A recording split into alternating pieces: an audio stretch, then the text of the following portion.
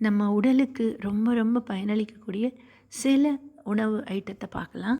சட்னியாக, பட்சணமாக, இப்படி விதவிதமாக. பருத்திப்பால் சளியையும் இருமலையும் நீக்கும். எல்லாருக்கும் இந்த சளி தொந்தரவு தான் ரொம்ப இருக்குது. உளுந்து களி எலும்புகளுக்கு ரொம்ப ரொம்ப பலம். நீர் ஆகாரம் உடல் சூடு தணியும். கரைச்ச மாதிரி குடிக்கிறோம் இல்லையா, தயிரை மோர் பண்ணி, அதுதான். கண்ணந்திப்பிலி ரசம் செரிமான சக்தி. தூதுவளை ரசம் ஆஸ்துமா மற்றும் நெஞ்சு சளிக்கு மருந்து. முடக்கத்தான் தோசை மூட்டு வலியை தீர்க்கும்.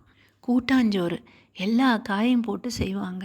பல காய் சத்துக்களும் இந்த சாப்பாட்டில் நிறைஞ்சிருக்கும். அக்கார வடிசல் உடனடி ஆற்றல். கவன் அரிசி அல்வா உயர்ந்த ஆன்டி ஆக்சிடென்ட். மணத்தக்காளி வற்றல் வாய்ப்புண்ணும் வயிற்று புண்ணும் ஆற்றும். வரகரிசி பொங்கல் சர்க்கரை நோய்க்கு மிகச்சிறந்த மருந்து. திணையில் பண்ணுற பாயாசம் புரதச்சத்து நிறைந்தது. பனங்கிழங்கில் செய்கிற புட்டு மலச்சிக்கலை போக்கும்.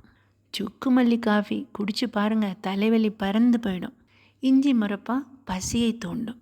ஆவாரம் பூவில் டீ வச்சு பாருங்கள், சருமம் ஜொலி ஜொலிக்கும். பால் திரட்டு பால் உடனடியான புத்துணர்ச்சி. வல்லாரையில் சட்னி துவையல் செஞ்சு பாருங்கள், நினைவாற்றல் எங்கேயோ போகும்.